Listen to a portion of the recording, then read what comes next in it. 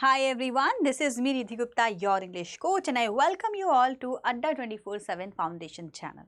अब जो वीडियोस आप लोगों के पास आ रही है बच्चों, वो reading comprehension and analytical paragraph से रिलेटेड होंगी, क्योंकि यही जो दो टॉपिक्स हैं बच्चों को बार बार कंफ्यूज करते हैं और उनके पास में काफ़ी सारे डाउट्स भी होते हैं।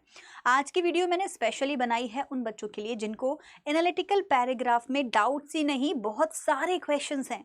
सबसे बड़ा क्वेश्चन जो है वो ये है कि एक्चुअली एनालिटिकल पैराग्राफ किस तरीके से एग्जाम में पूछा जाता है, कितने सारे क्वेश्चंस हैं जो अब तक आ चुके हैं, टाइप्स ऑफ क्वेश्चंस हैं जो आ चुके हैं।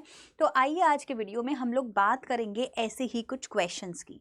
ठीक है, एनालिटिकल पैराग्राफ को सॉल्व करना आज हम नहीं सीखेंगे, एनालिटिकल पैराग्राफ के इंपॉर्टेंट लाइंस, इंपॉर्टेंट फ्रेजेस नहीं सीखेंगे। आज हम लोग सिर्फ और सिर्फ टाइप्स ऑफ एनालिटिकल पैराग्राफ समझेंगे।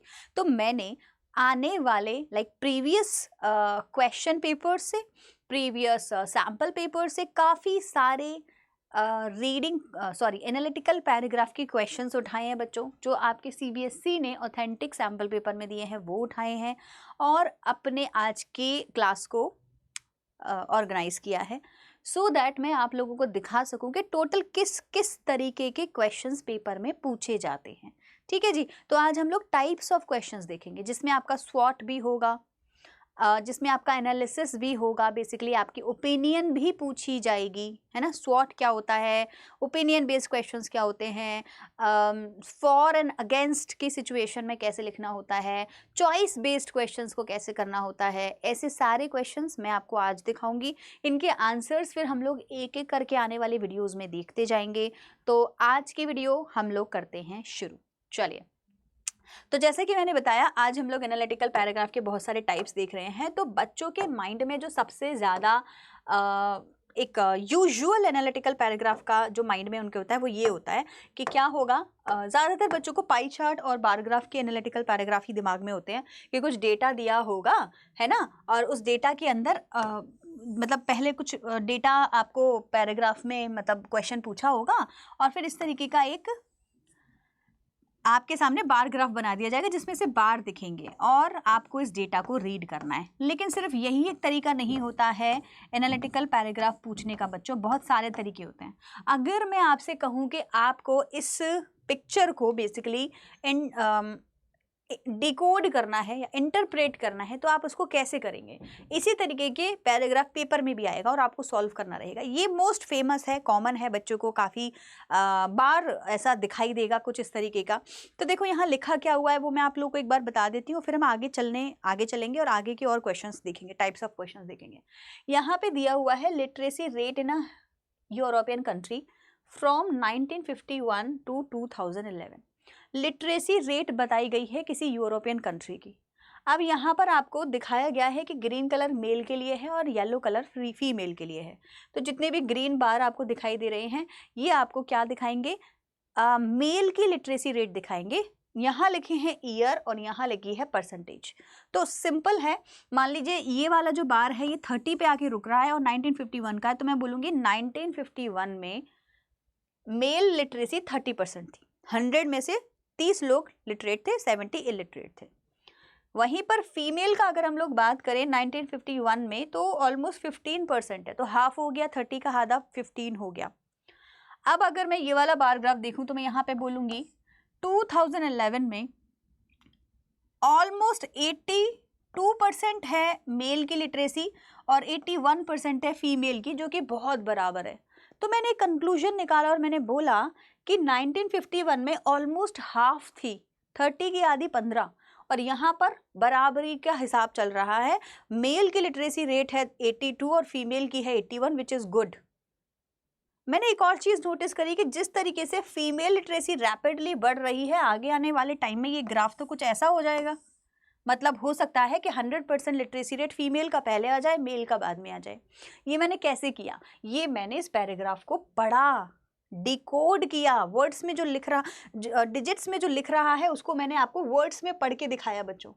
बस यही फ़र्क होता है एनालिटिकल पैराग्राफ जो डेटा में आता है उसमें और वर्ड्स में आता है उसमें। वर्ड्स वाले का भी एक मैं करके दिखाती हूँ आपको किस तरीके से करना है। I hope this is clear हो गया। तो देखो एक तरीका होता है एनालिटिकल पैराग्राफ को इस तरीके से सॉल्व करने का।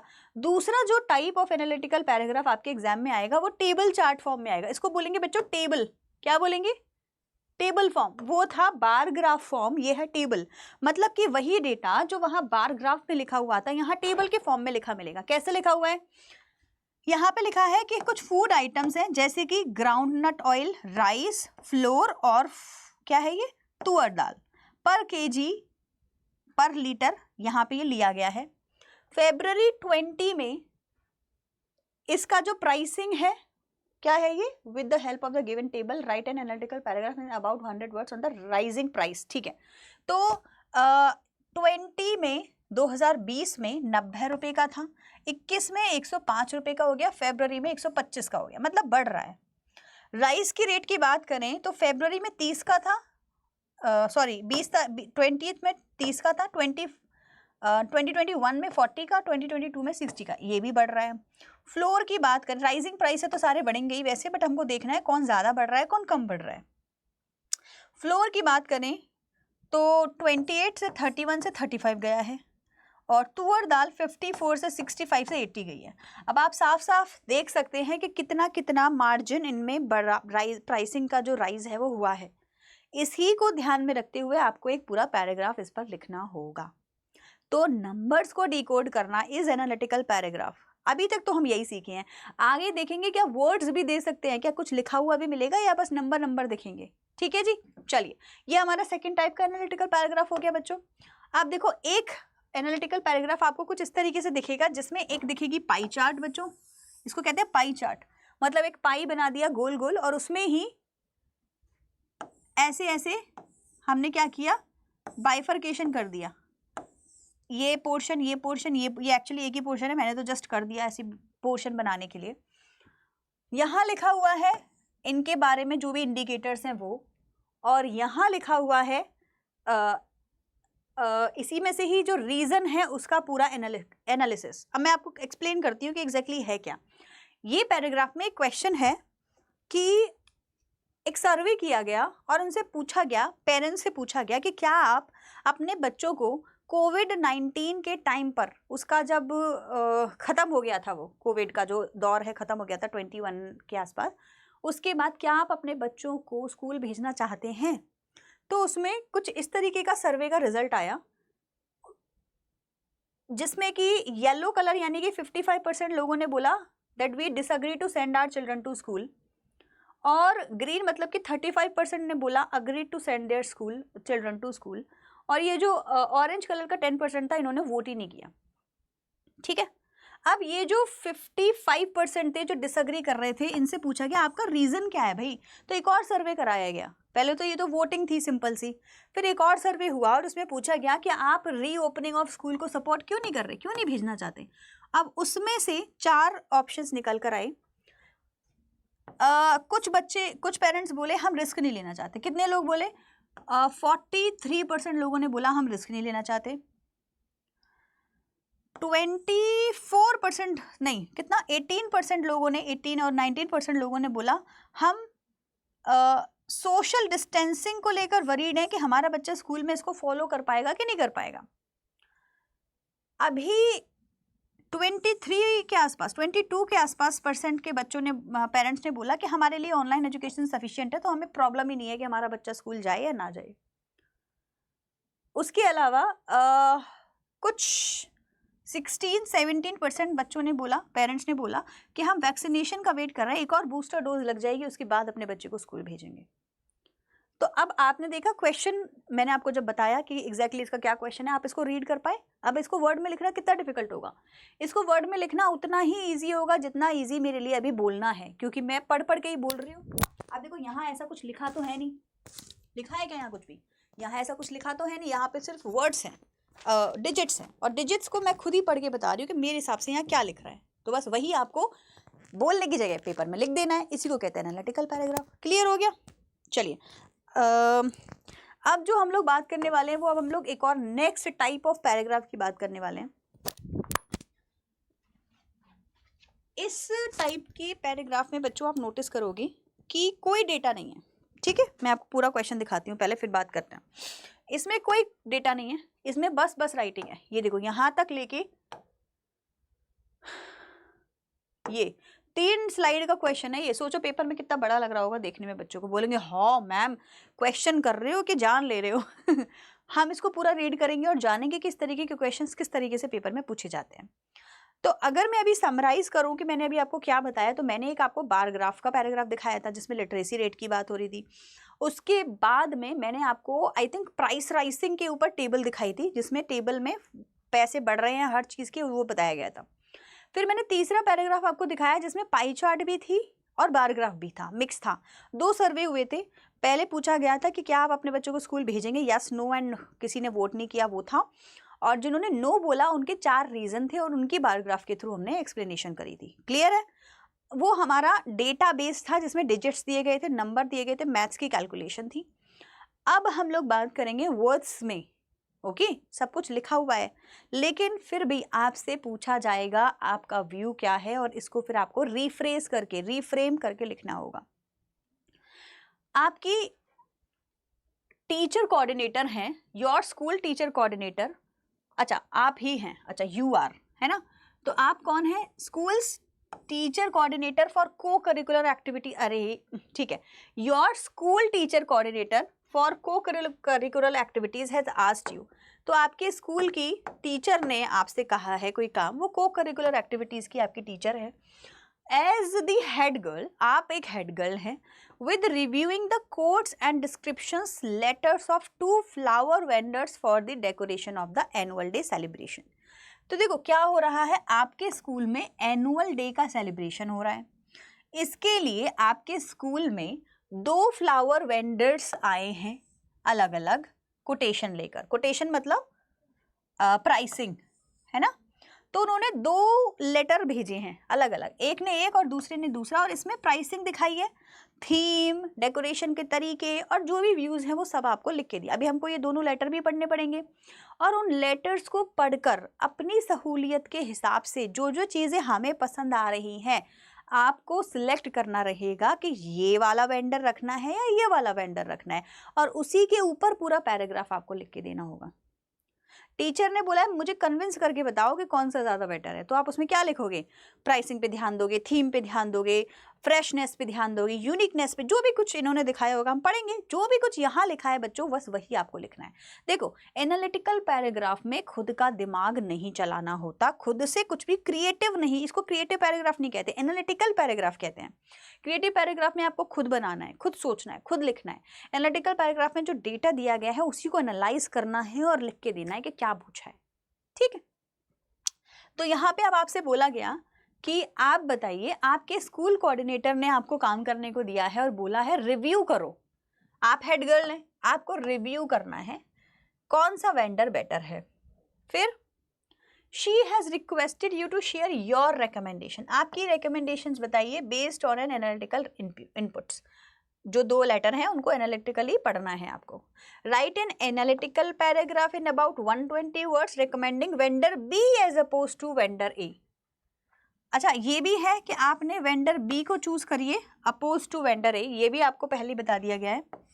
रिकमेंड करना है वेंडर बी को और ए को नहीं करना फॉर द इवेंट। अब चाहो ना चाहो बी के ही अच्छी अच्छी चीज़ें ढूंढ के आपको अपने टीचर को बोलना है that Y B is good.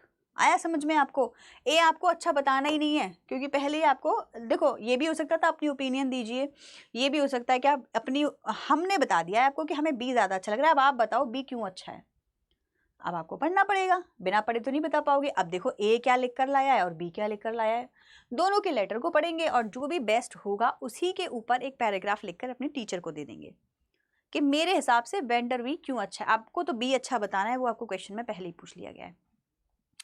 Dear madam coordinator, ये फ्लावर वेंडर ए है, इसने भेजा है, ये देखो यहाँ लिख रहा है वेंडर ए नीचे, ठीक है।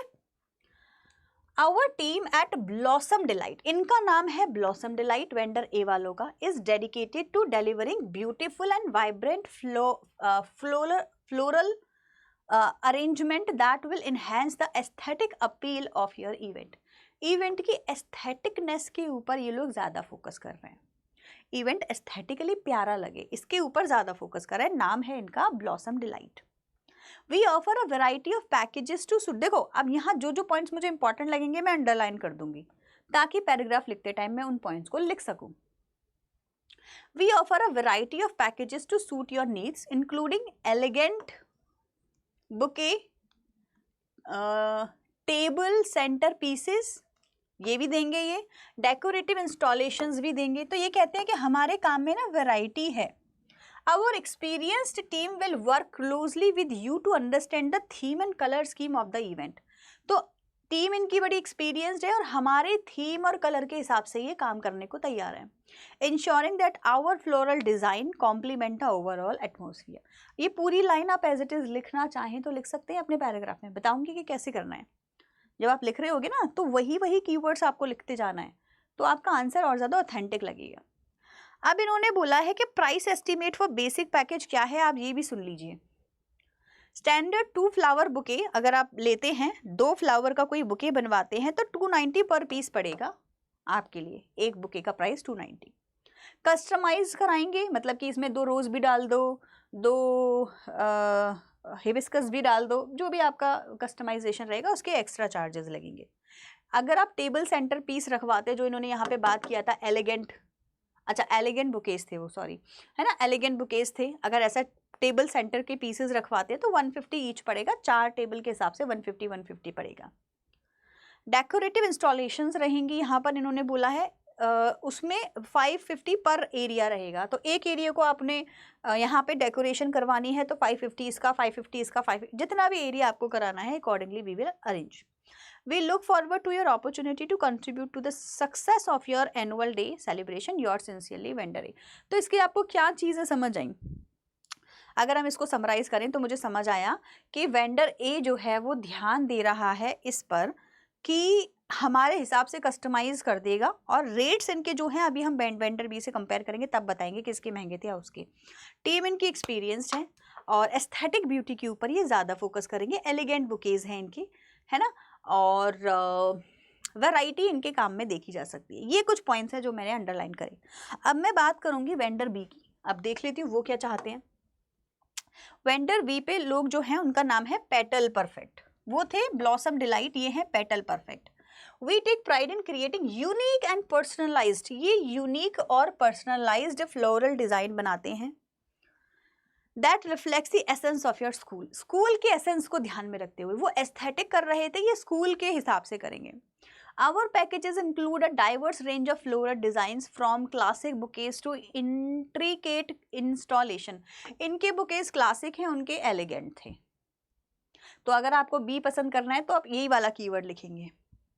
We understand the importance of customization and will tailor our creations to align seamlessly with the theme and spirit of your event. ये भी बोल रहे हैं कि हमारे यहाँ पे भी आपके हिसाब से कस्टमाइजेशन हो जाएगी।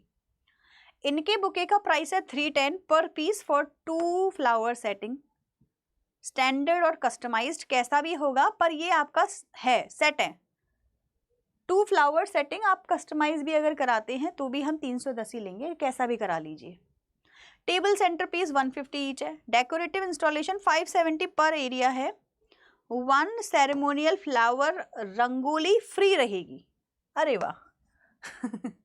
As part of our commitment to sustainability, we use locally sourced and eco-friendly material in our arrangement. अब आपको समझ आया वेंडर बी को क्यों ज़्यादा प्रेफरेंस मिल रही है। आप अपने पॉइंट्स में लिखेंगे, एक तो देखो रंगोली फ्री फ्री फ्री, दूसरा हम कस्टमाइज्ड कराएंगे और उसमें भी 3-1-10 ही लग रहा है, तो हम अगर उनको भी कस्टमाइज कराएंगे तो वो भी 3-1-10 के आसपास पड़ेंगे वो वाले वेंडर बन के, तो यही रख लो।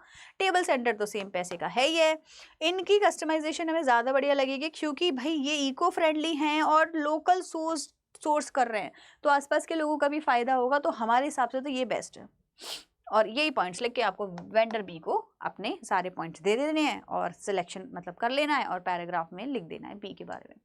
तो अब इतना ध्यान रखेंगे एनालिटिकल पैराग्राफ लिखते टाइम कि आपको एक्स्ट्रा कोई इन्फॉर्मेशन नहीं लिखनी है बच्चों, खुद से सिर्फ और सिर्फ उतना लिखना है जितना पैराग्राफ में लिखा हुआ है। तो उसके लिए इन्हीं कीवर्ड्स को ऐड करते जाइए और अपना पैराग्राफ बनाते जाइए। क्लियर हो गया? चलिए आगे बढ़ते हैं। अब देखो एक इस तरीके का पैराग्राफ भी आपके पेपर में पूछा जा सकता है बच्चों, जिसमें अगेन आपकी ओपिनियन मांगी गई है। क्वेश्चन है, as the president of the movie club of your school you have been tasked with selecting a movie for the upcoming screening event of class 9th and 12th 9 to 12th 9 से लेकर 12 तक के बच्चों की screening time हो रही है, मतलब कि मूवी दिखाई जा रही है। आपको बताना है कौन सी मूवी ज़्यादा अच्छी है। Given below are brief description and snippets of newspaper and critics views for 2 potential film choices। तो न्यूज़पेपर में इसके क्रिटिक रिव्यू होता है ना, वो दिखाए गए हैं और आपको बताना है रिव्यूज़ देख के कौन सा अच्छा है। तो आपको दोनों के रिव्यूज़ पढ़वा देते हैं। अब आप बताइए दोनों में से कौन सा मूवी हमको चलाना चाहिए। Analyse the information and decide which movie would be most suitable for the school screening. Consider aspect such as content appropriateness, audience engagement. अब आपको ध्यान किस चीज़ का रखना है, कंटेंट बच्चों के लायक होना चाहिए, अप्रोप्रिएट होना चाहिए, ऐसा नहीं होना चाहिए कि कुछ और ही कंटेंट बच्चे देख रहे हैं। ऑडियंस की एंगेजमेंट बनी रहे एंड क्रिटिकल एक्लेम करें, आप उसको क्रिटिकली अच्छा हो। आपकी जो लाइनें हैं स्टार्टिंग की वो भी दी गई हैं, जैसे कि the choice of film one memories 1970 to 2000 अगर आप बोलेंगे तो आप बोलेंगे for the school screening is the decision based on the films, यहाँ से शुरू करेंगे। और ये जो होगी अगर दूसरी वाली, mister Sunny Singh and family for the school screening is decision based on the films what films, फिर आपको वो टॉपिक लिखना है जो भी आप बोलना चाह रहे हैं। अब देखो कौन कौन सी मतलब जो क्रिटिकल व्यूज़ है, क्रिटिक्स के जो रिव्यू है वो क्या है वो देख लेते हैं। मेमोरीज 1970 to 2000 ये मूवी का नाम है, ठीक है। इसके बारे में क्रिटिक्स ने क्या बोला है, डिस्क्रिप्शन क्या है, मतलब मूवी किस बारे में। A heart warming family drama set against the backdrop of a small town in eastern India. Eastern India के एक स्मॉल टाउन में इस मूवी को बनाया गया है और ये फैमिली ड्रामा है। मैं अंडरलाइन कर देती हूँ जो जो मुझे समझ आ रही हैं चीज़ें। थीम है friendship, courage and pursue of dream सपनों को कैसे पूरा करें, दोस्ती को कैसे कायम रखें, और करेज। तो अभी रिव्यू है हमारे पास, एक तो डेली टुडे नाम की किसी न्यूज़पेपर का है और एक सिनेमा ब्लेंड नाम की न्यूज़पेपर का है। रिव्यू क्या है, number 1 memories captures the essence of human connection with its touching narrative. तो ये ह्यूमन कनेक्शन के लिए अच्छा है, मतलब आदमी अच्छे से इसको करेक्ट कर पाएगा, स्टोरी को, रियलिटी की लाइफ दिखाई गई है। Must watch for all edges, और हर एज का बच्चा देख सकता है, तो ये हमारे लिए कंटेंट अप्रोप्रिएट तो हो ही गया। सिनेमा ब्लेंड वाले बोलते हैं feel good movie that leaves a lasting impression, आपके ऊपर एक अच्छा लास्टिंग इंप्रेशन छोड़ जाएगी।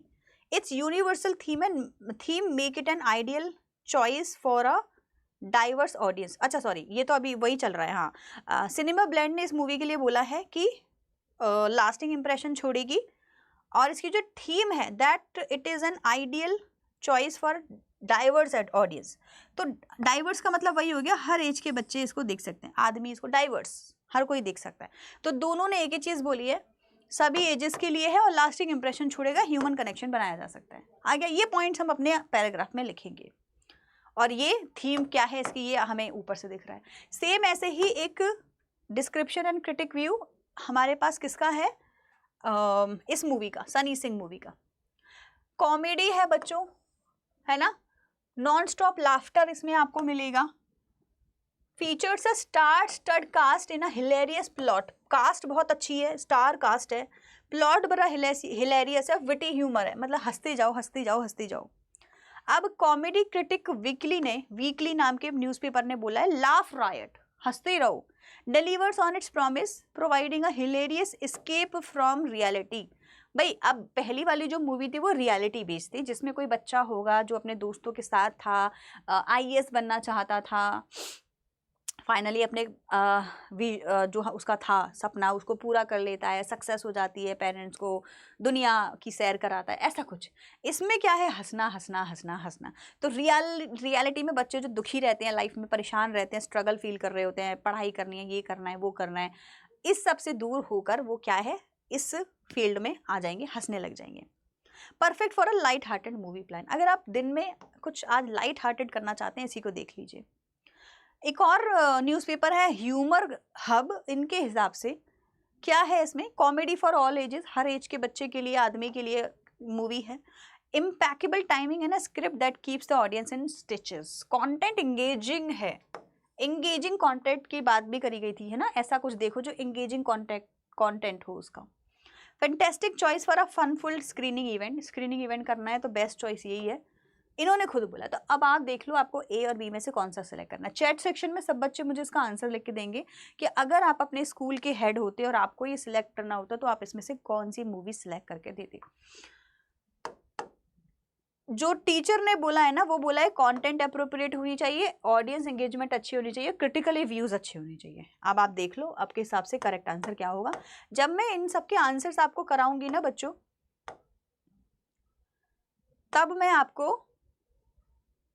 जब मैं इनके आंसर्स आपको कराऊंगी तब मैं आपको बताऊंगी कि किस तरीके के क्वेश्चंस आपसे पूछे जा रहे हैं एग्जाम में और आप उनको कैसे सॉल्व करेंगे। ठीक है, चलिए एक और आपको कराती हूँ। ये जो इससे पहले वाला था वो मैंने स्किप इसीलिए किया, क्वेश्चन आपको दिखाई दे जाएगा बिकॉज वहाँ पे सेम यही था कि आपके हिसाब से ए टीम अच्छी है या बी टीम अच्छी है। इस तरीके के 2 क्वेश्चन हम ऑलरेडी कर चुके हैं। अब जो लास्ट क्वेश्चन आपके एग्जाम में आ सकता है वो होता है स्वॉट का। इसमें आपको स्वॉट मतलब स्ट्रेंथ, W मतलब वीकनेस, O मतलब अपॉर्चुनिटी एंड T मतलब थ्रेट्स के बारे में बताना है। तो कोई भी सिचुएशनल बेस्ड इंफॉर्मेशन आपको दी जाएगी और उस इंफॉर्मेशन के बेस पर आपको स्वॉट डिसाइड करना है कि इस इंफॉर्मेशन की स्ट्रेंथ क्या है, वीकनेसेस क्या है, अपॉर्चुनिटीज यहाँ क्या क्या मिल रही हैं नई, और थ्रेट्स क्या हैं, और उसके बेस पे आप अपना आंसर करेंगे। मान लीजिए आप एक एम्प्लॉय हैं और आपको किसी कंपनी से जॉब ऑफर आया है, तो उस जॉब ऑफर के जो जो उन्होंने ऑफर में आपको दिया होगा उसका सारा डेटा लिखा होगा। जैसे हमने अभी डेटा देखा था ना मूवीज़ के ऊपर, और ये सब कुछ दिया गया है, ये सब क्वेश्चन से आंसर तो भी आपको लिखने हैं। तो उसके डेटा को हम पढ़ेंगे और देखेंगे इस कंपनी के स्ट्रेंथ क्या क्या है, फिर हम देखेंगे कंपनी में वीकनेस क्या क्या है, तो हम जॉब करें कि ना करें, अपॉर्चुनिटीज़ आगे क्या रहेंगी अगर मैंने इस कंपनी में हिस्सा लिया, तो थ्रेट्स क्या है, मतलब कि ऐसा थ्रेट नहीं, धमकी वाला नहीं, मतलब मेरे लिए नुकसानदायक क्या क्या हो सकता है। उसके बेस पर आपको जॉब करनी है कि नहीं करनी है डिसाइड करेंगे। जो पेपर सैम्पल पेपर में जो क्वेश्चन पूछा गया था उसमें क्या हुआ था, गुरमीत नाम की एक कैंडिडेट थी, पब्लिक फंडिंग इंजीनियरिंग कॉलेज में उसको हिस्सा लेना था, मतलब एडमिशन कराना था गुरमीत कौर को, है ना, पब्लिक फंडिंग इंजीनियरिंग कॉलेज में। अब she belongs to a village, वो एक विलेज से बिलोंग करती है, मिनिमल टेक्नोलॉजी स्किल्स हैं इसके अंदर, मतलब ज़्यादा हाईटेक नहीं है और ज़्यादा एक्सपोजर भी नहीं है, has the required cut off percentage, और जितनी स्कूल में इस कॉलेज में एडमिशन लेने के लिए कट ऑफ चाहिए उतनी इसकी है, ठीक है, and looking for a complete और पार्शियल स्कॉलरशिप, और इसकी जो रिक्वायरमेंट है वो ये है कि इसको पार्शियल या कंप्लीट स्कॉलरशिप मिल जाए तो इसके लिए बहुत अच्छा होगा। अब आपको पैराग्राफ लिखना है। अब आप कैसे ढूंढोगे ये सारी चीज़ें कहाँ हैं, आपको दी जाएंगी। आपको 2 स्कूल के बारे में, मतलब आपको इस स्कूल के बारे में, जिस स्कूल में ये एडमिशन ले रही है उसकी ये सारी चीज़ें आपको दी गई हैं। ये है स्कूल की स्ट्रेंथ, ये है वीकनेस, ये है अपॉर्चुनिटीज़, ये है थ्रेट। डिसाइड करो स्कूल में जॉब करनी है कि नहीं करनी है, सॉरी स्कूल में पढ़ना है कि नहीं पढ़ना है। ऐसी मान लीजिए कोई कंपनी होती, मान लीजिए TCS कंपनी होती, तो उसके भी 4 पॉइंट्स ऐसे लिखे होते। अब आप इसके बेस पे डिसाइड करिए आप इसमें जाना चाहते हैं कि नहीं, इस कंपनी की स्ट्रेंथ क्या है, वीकनेस क्या है, अपॉर्चुनिटीज़ क्या है, थ्रेट क्या है। अब स्कूल के बारे, इस कॉलेज के बारे में देख लेते हैं। कॉलेज की स्ट्रेंथ क्या है, कॉलेज का करिकुलम बड़ा स्ट्रांग है, फैकल्टी बहुत बढ़िया है, वाइब्रेंट क्लब्स हैं, एक्टिविटी क्लब्स, ग्रीन लोकेशन है आसपास की, approximately close proximity to residential area. तो ये जहाँ है वहाँ रेजिडेंशियल एरियाज भी बहुत सारा है, तो बच्चे अच्छे घर के यहाँ पढ़ने आते हैं। वीकनेस है, डाइवर्सिटी नहीं है, सिलेबस लिमिटेड है, स्टूडेंट्स बिहेवियर प्रॉब्लम बहुत ज़्यादा है क्योंकि जहाँ के भी ये लोग हैं अच्छे बिहेवियर नहीं रखते, हॉस्टल की फैसिलिटी नहीं है, तो दूर के लोग पढ़ने नहीं आ सकते, आसपास के आएंगे, वही लिखा है ना रेजिडेंशियल एरिया आसपास है तो वहीं के बच्चे आते हैं। Slow repair and maintenance work है, and underutilisation of IT service अच्छी नहीं है और स्लो वर्क है मेंटेनेंस का। Lack of targeted advertisement of outer state student, तो बाहर के स्टूडेंट नहीं आ सकते क्योंकि कोई एडवर्टीजमेंट ही नहीं है, छोटा सा कोई लोकल सा कॉलेज है। अपॉर्चुनिटीज क्या रहेंगी अगर गुरमीत स्कूल में पढ़ती है तो, प्रैक्टिस बेस्ड रिसर्च करने को मिलेगा, पार्टनरशिप विद प्रोफेशनल ऑर्गेनाइजेशन करने को मिलेंगी, स्ट्रॉन्ग एलुमनाई। इससे पहले के जो बच्चे हैं बहुत स्ट्रॉन्ग कंपनीज में ऑलरेडी जॉब कर रहे हैं, तो इसको थोड़ा फायदा हो जाएगा। कहते हैं ना भाई, अच्छा आप यहाँ कॉलेज से पढ़ के आए, इसी कॉलेज का एक और कैंडिडेट हमारे यहाँ जॉब के लिए आया, तो उसको फायदा हो जाएगा, तो स्ट्रॉन्ग एलुमनाई है। Acclaimed student exchange programme with European countries, तो अगर आप इस कॉलेज में जाएंगे तो आपको यूरोपियन कंट्रीज से स्कूल एक्सचेंज प्रोग्राम में जाने को मिलेगा। आप अपॉर्चुनिटी तो है बट पैसा भी चाहिए, और गुरमीत हमारी खुद ही ढूंढ रही है स्कॉलरशिप के लिए, तो वो ये इसमें तो क्या ही जाएगी।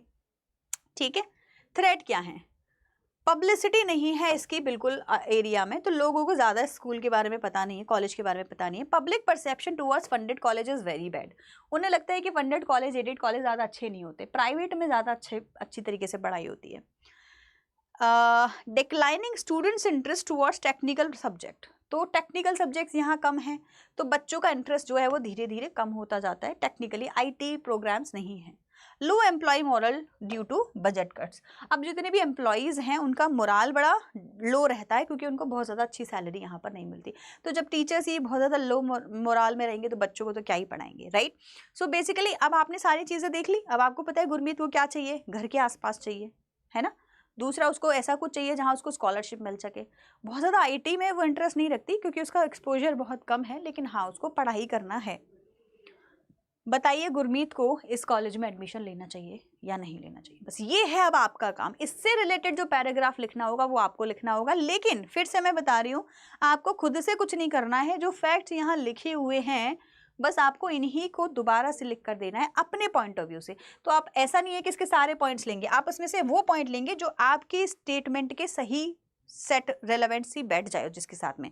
तो मेरे हिसाब से मान लीजिए उसको जाना है, पढ़ना चाहिए। अब मैं ढूंढूंगी कि इनमें से कौन से पॉइंट्स हैं जो गुरमीत के पॉइंट्स को फुलफिल कर रहे हैं, उसकी डिज़ायर्स को फुलफिल कर रहे हैं। अब ऐसा तो नहीं है कि मेरे को 10 चीज़ें चाहिए तो 10 मिल जाए। हो सकता है मुझे स्कॉलरशिप ना मिले, लेकिन हो सकता है मुझे रिसर्च के लिए मौका मिल जाए, हो सकता है मेरे को कोई ऑर्गेनाइजेशन से पार्टनरशिप करने का मौका मिल जाए, वहीं से मेरी सैलरी इतनी निकल आए कि मैं कॉलेज की स्कॉलरशिप का वेट ही ना करूँ। इस तरीके से मुझे खुद लिखना पड़ेगा, बाकी आप पॉइंट्स पढ़ेंगे और खुद आंसर देंगे। अब इनके जो आंसर्स हैं बच्चों, मैं आप लोगों को आने वाली वीडियोस में कराऊंगी और हर आंसर को अलग अलग सिंगल सिंगल आप लोगों को समझाऊंगी, ठीक है। आई होप ये आपके लिए बहुत ज़्यादा हेल्पफुल रहेगा, यूजफुल रहेगा। मैं मिलूंगी आपसे नेक्स्ट वीडियो में। Till then bye everyone and take care, bye.